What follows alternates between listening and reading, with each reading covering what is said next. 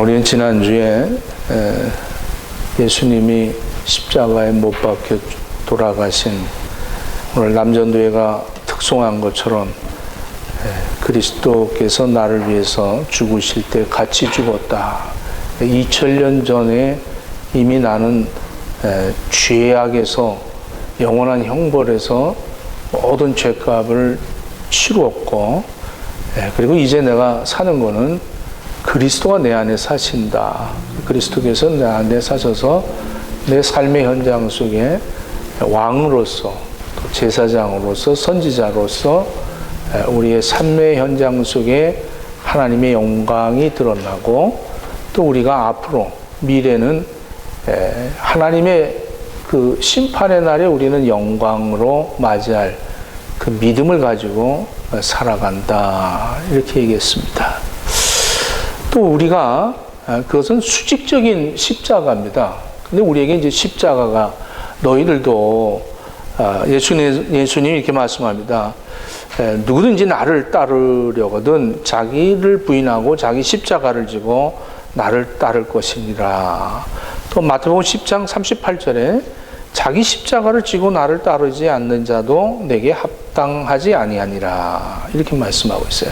그러니까 우리의 죄짐, 또 우리의 죽음, 영원한 심판, 이건 다 우리가 할 수 있는 영역이 아닙니다. 우리가 어떻게 대처할 수 있는 것이 없기 때문에 이것은 예수님의 십자가를 믿음으로 이것은 해결함을 받고 있습니다. 그럼 다 해결함 받으셨죠? 화면이 없는 거 보니까 아직 덜 받은 것 같은데, 예수님 때문에 여러분들 다 구원받았어요. 할렐루야. 예수님이 우리의 모든 죄를 다 용서하기 위해서 십자가에 죽으셔야만 했습니다. 그리고 다시 부활하셨고 승천하시고 다시 오십니다. 이 십자가는 하나님의 사랑, 하나님의 지혜를 나타내는 겁니다.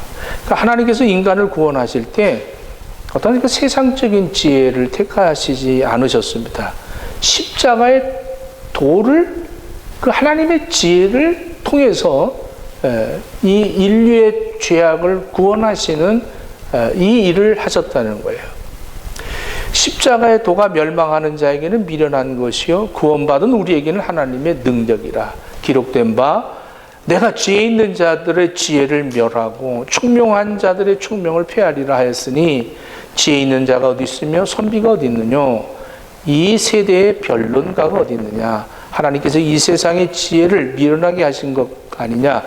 하나님의 지혜에 있어서는 이 세상이 자기 지혜로 하나님을 알지 못하므로 하나님께서 전도에 미련한 것으로 믿는 자들을 구원하시기를 기뻐하셨도다. 유대인은 표적을 구하고 헬라인은 지혜를 구하나 우리는 십자가에 못 박힌 그리스도를 전하니 유대인에게는 꺼리끼는 것이요 이방인에게는 미련한 것이로되 오직 부르심을 받은 자에게는 유대인이나 헬라인이나 그리스도는 하나님의 능력이요 하나님의 지혜니라. 이렇게 말씀합니다. 그러니까 십자가에 예수님이 못 박혀 죽으시는 이 사건이 우리가 이것을 능력이고 하나님의 지혜라는 거예요. 하나님의 지혜. 생각을 아무리 쫙대고 아무리 우리가 배운 것을 동원해서 우리가 구원받을 수 있는 방법이 뭐고 길이 어디 있는가를 아무리 연구해도 이거는 할 수 없는 일이라는 거예요. 하나님의 지혜가 아니고는 할 수가 없다. 이렇게 얘기하고 있습니다. 참 인간들이 볼 때 미련해 보이지 않습니까? 십자가가. 참 천하고 치욕적이죠. 여러분들 십자가를 택한다는 게 얼마나 힘든 일이겠어요? 인간에게는 미련하지만 구원을 받은 우리들은 하나님의 능력이고 하나님의 지혜다. 이렇게 말씀하고 있습니다. 이런 점에서 하나님은 어리석은 것을 택하여서 지혜로운 자들을 부끄럽게 하신다. 이렇게 말씀하고 있습니다. 수치의 십자가는 인류를 구원하는 관문이었고 상징이었습니다. 그리고 십자가는 사랑의 표식이고 하나님의 지혜였습니다. 왜 예수님이 죽으셔야 했을까? 여러분, 유언은 살아있을 때는 효력이 없습니다. 유언을 한 것은 유언자가 죽어야 그 유언이 효력이 생기는 겁니다. 예수 그리스도가 하나님의 유언을 죽으셨기 때문에 하나님의 말씀이 효력화되어진 겁니다. 할렐루야. 이 믿음이, 이것이 바로 지혜라는 것이죠. 히브리서 9장 14절부터 17절에도 그렇게 말씀하고 있어요. 그는 새 언약의 중보자시니 이는 첫 언약 때 범한 죄에서 속량하려고 주구사 부르심을 입은 자로 하여금 영원한 기업의 약속을 얻게 하려 하심이라. 유언한 자가 죽어야 되나니 유언은 그 사람이 죽은 후에야 효력한즉 유언한 자가 살아있는 동안에는 효력이 없느니라. 이렇게 말씀하고 있습니다. 예수 그리스도가 나를 위해서 죽으셨기 때문에 하나님의 말씀이 효력이 이 지혜를 여러분들이 얻기를 축원합니다. 이게 소망이죠. 지혜고. 십자가에서 창조와 힘의 원천을 발견하게 되는 겁니다. 그래서 우리가 예수 그리스도가 죽으심으로써 재창조가 되어지는, 그러니까 창세기에 창조하고 하와를 만드셨을 때의 그 과정과 예수 그리스도가 죽으시고 그 하나님의 모든 말씀이 나를 통하여서 이루어지는 과정이 재창조, 하나님의 힘의 원천을 그대로 십자가에서 우리는 발견할 수가 있습니다. 십자가는 먼저 인간은 하나님 앞에 죄인이라는 것을 깨닫게 되죠. 그래서 우리는 하나님 앞에 죄인이라는 것이 고백이 되어지는 거예요. 세상 사람들은, 믿지 않은 사람들은 참 미련하다. 저 사람들은 뭐 이렇게 보이지 않는 하나님 앞에 자기가 죄인이라고 맨날 교회 가면 네, 죄인입니다. 용서해 주십시오. 왜 저럴까? 저렇게 비일거리고 살까? 이러면서 죄인임을 깨닫고 죄를 고백하면 하나님은 절대자로 우리의 모든 죄를 용서해 주시겠다고 약속하셨고 그 약속이 성취되어서 효력을 발생하고 있는 겁니다. 그리스도가 나와 함께 십자가에 못 박혔다. 못 박혔면 앞만 보는 거예요. 못 박힌 사람이 이게 뒤를 볼 수가 없습니다. 아직 안 박혔기 때문에 십자가를 등을 지고 가는 사람들, 로라를 땅에 이렇게 십자가 밑에다 달아서 질질 끌고 가는 사람들, 이런 신앙생활 하는 사람들은 뒤돌아보고 옆길도 갈 수 있겠죠. 예수님은 오늘 우리에게 자기 십자가를 지고 따르는 이것도 우리에게 지혜다. 이것도 하나님의 지혜라는 것을 설명합니다. 우리가 지고 따라야 하는 십자가는 어떤 십자가일까? 우리가 져야 하는 십자가는 고행의 십자가가 아니라, 장식품이 아니라 내가 져야 할 그 십자가라는 것이, 히브리어로는 이제 지혜를 호크마라고 합니다. 지혜. 그래서 오늘 이 잠언서에서 제가 이 잠언서 3장 27절부터 35절을 선정한 것은 잠언의 모든 지혜서라고 하는데, 이 잠언서에 보면 첫 번째가 지혜의 근본은 하나님을 경외하는 것이다. 이렇게 말씀하고 있습니다. 그러니까 하나님의 지혜는 하나님을 경외하는 것이다. 그리고 두 번째, 우리에게 주어지는 이웃을 돌아보는 것이다. 이게 잠언서의 전체적인 포괄적인 그 목적을 가지고 기록된 말씀입니다.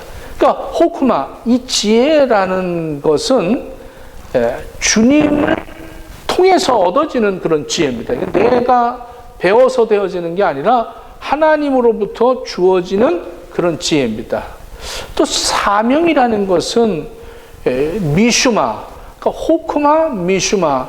이 사명이라는 것은 하나님이 나에게 임무를 주시고 할 일, 또 내가 책임질 일, 이런 것들을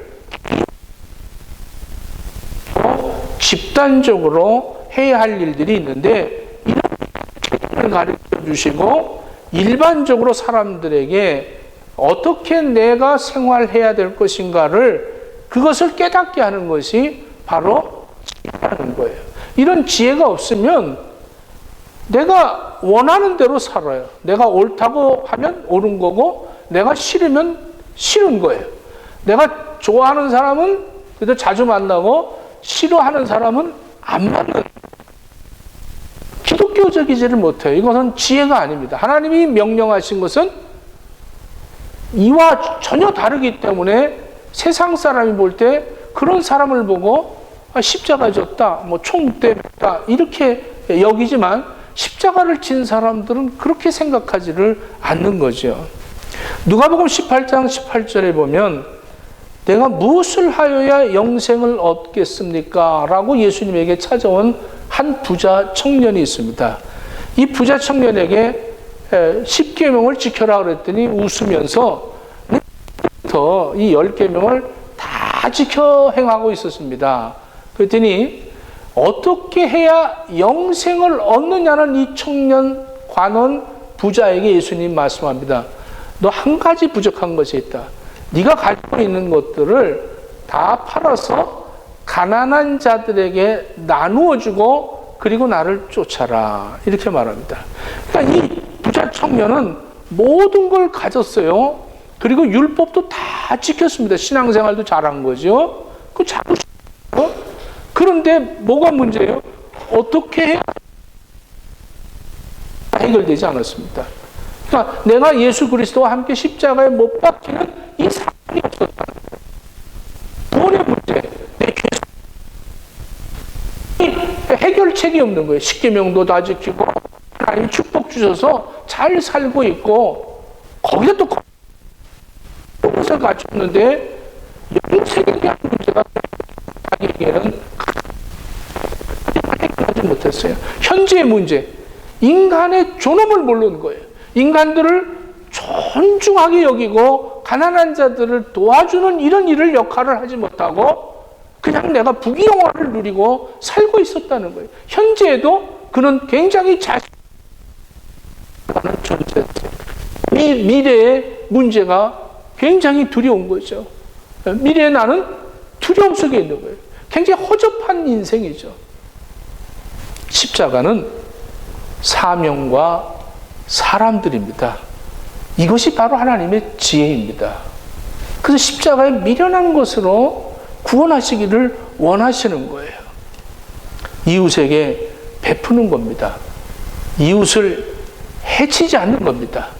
그리고 악인의 형통함을 부러워하지 않는 것, 이게 우리가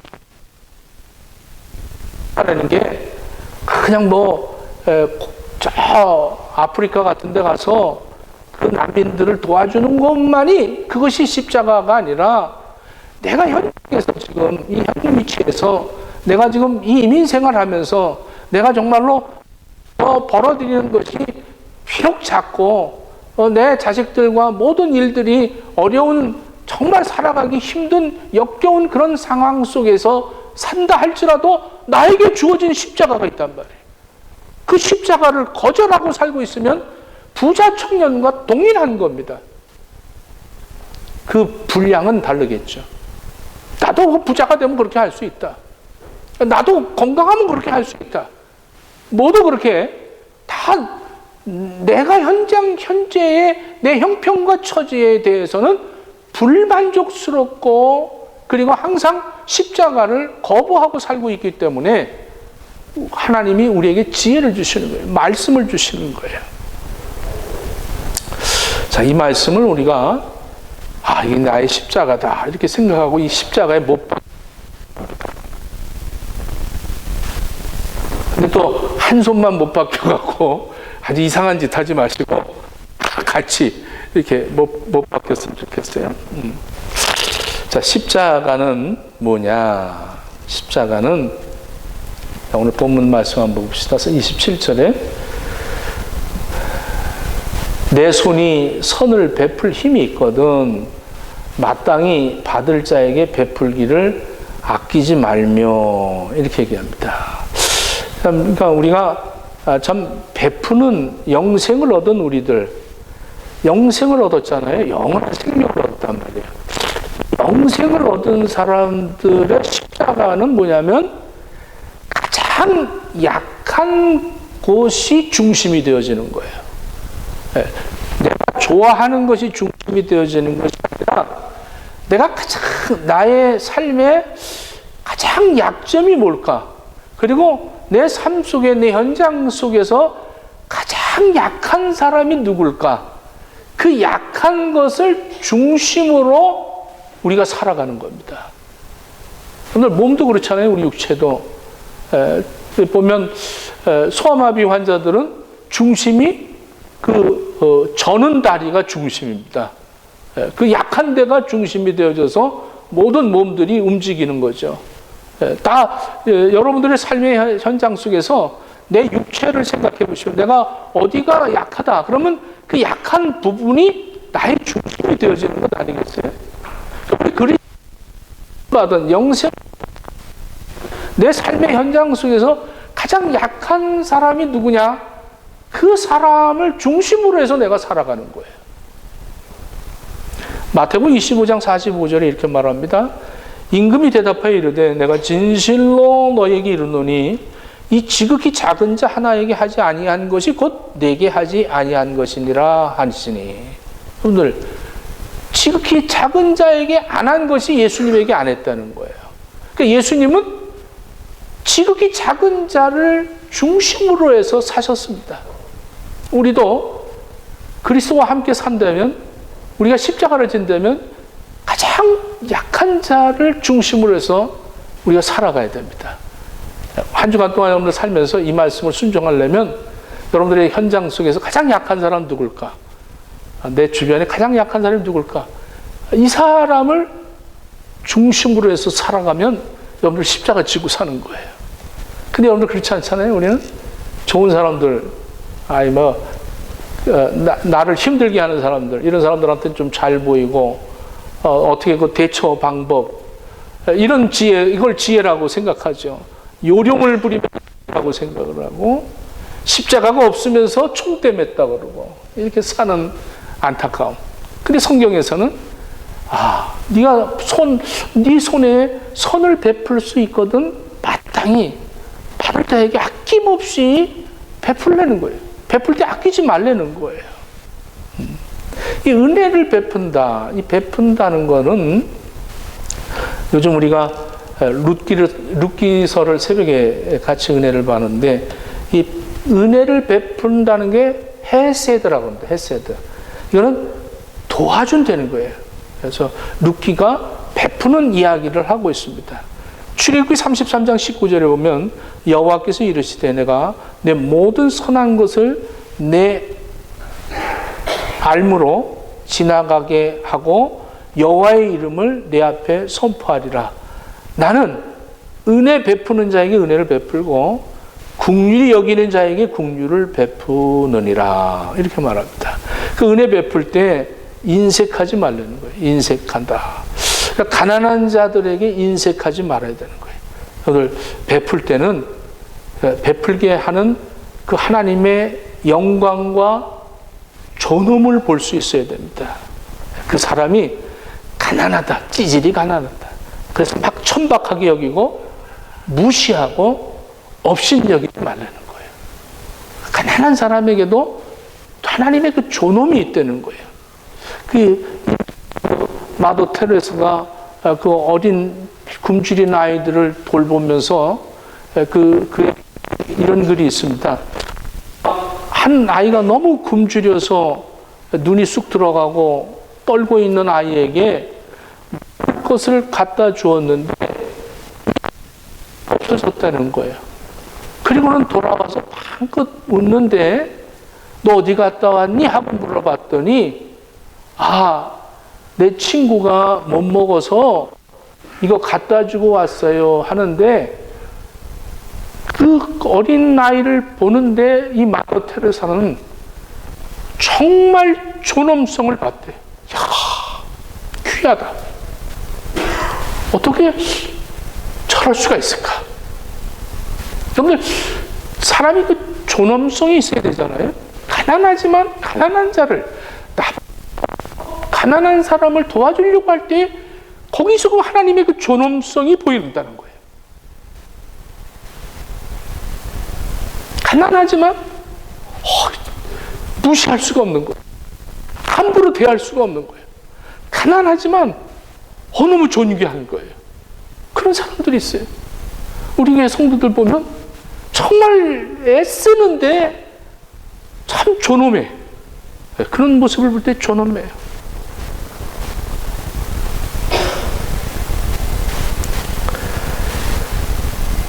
참 부자하면서 베풀지 못한 사람들 참 부끄러운 사람들 아니에요? 참 부끄러워. 혼자서 뭐 명품 두르고 다니고 막 이러면서 잘 먹고 레스토랑에서 좋은 음식들 놓고 사진 또 찍고 막 이러면서 오늘 사온 게 뭐냐, 오늘 들리블리 한 게 뭐냐 막 이러면서 같이 가족들하고 어울리면서 그게 아름다워 보일까? 그게 존엄하게 보입니까? 그게 행복하게 보입니까? 정말 나보다 더 가난한 사람들을 돕고 싶은 그 열정을 갖고 있는 그 모습 속에서 우리 인간이라는 그 존엄이 그것이 나타나는 거 아니겠어요? 약한 사람을 중심으로 생각하라는 거죠. 선을 베풀 힘이 있거든 마땅히 받을 자에게 베풀기를 아끼지 말며, 그리고 28절에서 내게 있거든 이웃에게 이르기를 갔다가 다시 오라 내일 주겠노라 하지 말라. 이게 미루지 말라는 거예요. 뭐 줄 때 꼭 생생 내려고 그런 사람들이 있습니다. 한번 생각해 보겠다는 얘기죠. 안 줘도 되는 건데 뭐 그렇게 내가 빨리 그렇게 할 필요가 뭐가 서두르지 않겠다는 거예요. 이게 바로 십자가라는 것이 바로 이런 거예요. 굉장히 참 어려운 것, 내 자신 자체에서 이거는 내가 판단하고 내가 결단해서 되어지는 일이 아니기 때문에 하나님이 우리에게 주시는 이 지혜를 우리 를 중심으로 해서 그 사람을 어떻게 도울 때 그 사람의 어떤 그 인격적인 모독을 주지 아니하고 아주 기쁘게 그 존엄을 나누면서 그 나눌 수 있을까? 참 이런 일들이 있기를 축원합니다.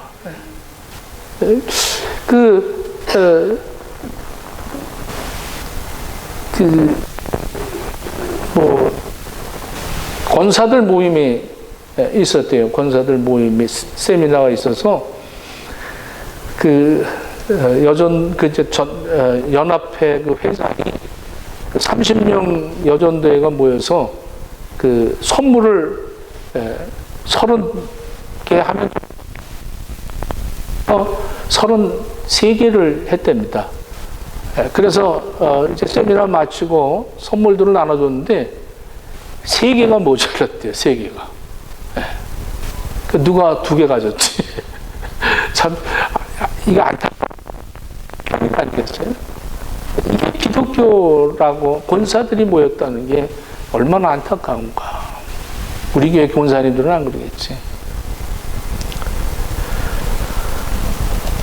이웃을 도울 때 이렇게 참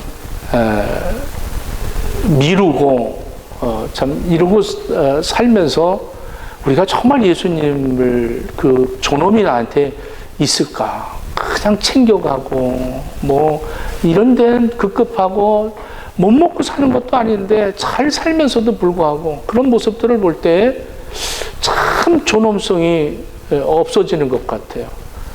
우리는 이 십자가를 바로질 수 있기를 축원합니다. 두 번째로 이웃이 내 곁에서 평안히 살거든 그를 해하려고 꾀하지 말고 악을 행하지 아니하거든 까닭 없이 더불어 싸우지 말아라 다투지 말라 이렇게 얘기를 합니다. 오바다서를 보면 하나님의 그 종 오바다죠. 오바다서는 전체적인 것이 에돔의 심판입니다. 에돔의 심판. 이 에돔은 에서의 후예들입니다. 야곱의 후예와 에서 같은 형제 혈통을 갖고 있죠. 남쪽은 유다고 북쪽은 이스라엘이죠. 이 남쪽 유다가 멸망할 때에 바벨론으로 포로로 잡혀갑니다. 이 포로로 잡혀갔을 때에 이 에돔이 바벨론을 도와줍니다. 같은 형제였는데도 불구하고 바벨론을 도와서 유다 백성들을 이 3차 포로로 잡혀가고 남겨진 사람들 이런 일들을 역할을 했어요. 북쪽 이스라엘은 아수르로 멸망을 당하고 아수르와 유대인들 혼혈이 되어져서 사망이 만들어집니다. 이 남유다는 어떻게 되느냐? 이 남유다는 바로 이 에돔 사람들과 혼혈이 되어져서 이두메인들이 생긴 거예요. 이두메인. 그러니까 남쪽 유다는 이 에돔과 혼합이 되어서 이 종족이 생겼고, 북이스라엘은 아수르의 멸망에서 혼혈이 되어져서 사마리아라 이렇게 얘기합니다. 그러니까 유대인들은 사마리아인들, 이두메인들 이런 거를, 유다인들은 솔직히 얘기해서 이 유대에 남겨져 있던 사람들은 혼혈이 되어진 거죠. 그러면 전통적인 유대인들은 누구냐? 바로 바벨론에 붙잡혀 갔던 사람들이에요. 거기서 70년 동안 그들은 너무나도 많은 수모를 겪고 고난을 겪으면서 그들이 깨달은 게 뭐냐면, 우리가 하나님의 말씀을 거역했기 때문에 이런 어려움을 겪게 된다. 그런 지혜를 얻게 됩니다. 그러니까 하나님은 우리에게 말씀을 주시고 말씀을 불순종하면, 거역하면 거기에 대한 응징이 있어요. 왜? 택한 백성이기 때문에. 그러면 돌아오게 됩니다. 요나도 마찬가지죠. 요나도 니느웨로 가라고 그랬더니 자기 판단에 니느웨보다는 다시스가 오를 것 같아서 다시스의 배를 탑니다. 이 배를 탄 요나의 불순종 때문에 이 바다가 풍요하게 일어나고 결국에는 제비가 뽑혀서 바다에 빠뜨리고 큰 물고기 뱃속에 들어가서야 하나님 앞에 회개하고 기도했더니 바로 토해내서 이 요나도 하나님의 말씀으로 돌아가게 됩니다. 이 유대 왕 중에 헤롯이 바로 이 이두메 사람입니다. 그래서 이두메인을 유대인들은 아주 굉장히 업신여겼기 때문에 굉장히 그 유대인들에게 잘 보이려고 성전도 짓고 뭐 그랬습니다. 여러분들, 우리가 신앙생활하면서 누가 어려움이 있을 때 이 에돔 사람들처럼 그거 자꾸 간섭하면서 그 사람들 힘들게 하지 마십시오. 여러분들, 정말로 그러고 싶을 게 인간이에요. 그런데 하나님의 십자가를 그때 바로 져야 됩니다. 그래서 어떻게든지 정통적인 그 삶을 살아갈 수 있도록 그렇게 만들어야 되는데 혼혈로 시켜버립니다. 혼합을 시켜버려요. 그 말씀대로 그러지 마. 요즘 그렇게 사는 사람이 어딨어? 요즘 새벽 기도하는 사람이 어딨어? 왜 그렇게 살아? 이 등신이야 너? 그렇게 살면 안 되는 거야. 이러면서 혼혈을 만들어요. 혼합을 만들어요. 자기와 같은 사람으로 맥락을 만들어버려서 신앙생활 하는데 어떠한 하나님의 말씀을 거역하게 만드는 이러한 일들을 너무나도 우리 주변에 얼마나 많이 하고 있습니까? 근데 우리도 그것을 따라할 때가 있다는 거예요.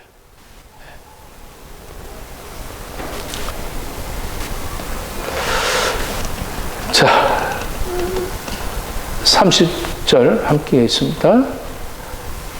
31절 함께 있습니다. 포악한 자를 부러워하지 말며 그의 어떤 행위도 따르지 말라. 지혜로운 사람은 영광을 기업으로 받는다 그랬어요. 35절 한번 봅시다. 지혜로운 자는 영광을 기업으로 받는다. 그러니까 미련한 자는 영달을 수치가 되느니라. 십자가를 지고 하는 사람들은 그게 지치지를 않더라고요. 우리 교인들도 전도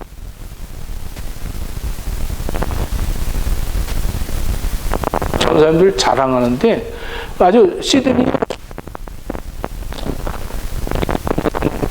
같이 신앙생활하는 게 소문이 났어요.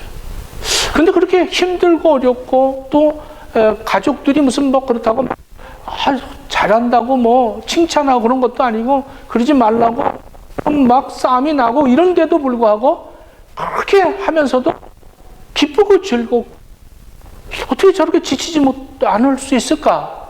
그들은 영광을 보고 끝을 보고 있기 때문에 그런 거예요. 끝이 있기 때문에 우리 주님을 만날 때 그 영광 중에 걸 생각하니까 이 가지것 이건 아주 작아 보이는 거예요. 여러분들 십자가 한번 져보십시오. 내가 지금 어려운 건 내 형편이 굉장히 작아 보입니다. 할렐루야. 굉장히 힘드신 것 같아요. 여러분들 지금 십자가만 얘기를 2주 동안 했더니 굉장히 힘드신 것 같고 저는 굉장히 신나는 것 같아요. 저는 신나는 것 같고 여러분들은 좀 힘드신 것 같아요. 교회 잘못 택해갖고 내가 저 목사 만나갖고 맨날 이렇게 교회 오는 게 기쁨이었고 아이고 참 좀 민망하고 뭐 쑥스럽고 뭐 내가 이거 좀 뭐 마누라가 또 이거 뭐 어쩔 수 없던 시간에 나 뭐 이렇게 모이고 자식들도 모이고 이런 데서 굉장히 막 힘들게 이렇게 모인 거 아니겠어요? 근데 나는 왜 이렇게 신이 나는지 모르겠어. 톰 소여 모험이라는 책 여러분도 어렸을 때 읽어보셨을 거예요. 네. 마크 트웨인이 1876년도에 발표한 그런 소설이죠. 이 톰 소여 모험 안 읽어본 사람이 아마 호주에서 살고 있는 어린애들은 안 읽었을 거예요. 저는 리퍼블릭이라는 소크라테스의 그 제자가 쓴 그 책이나 이런 좀 철학적 굉장히 자녀들에게 바랍니다. 이 톰이 가장 부러워하는 사람이 이 허클버리 핀이라는 거지입니다. 허클버리 핀이라는 이 거지는 굉장히 자유로운 거예요. 이 톰은 너무 힘든 거예요.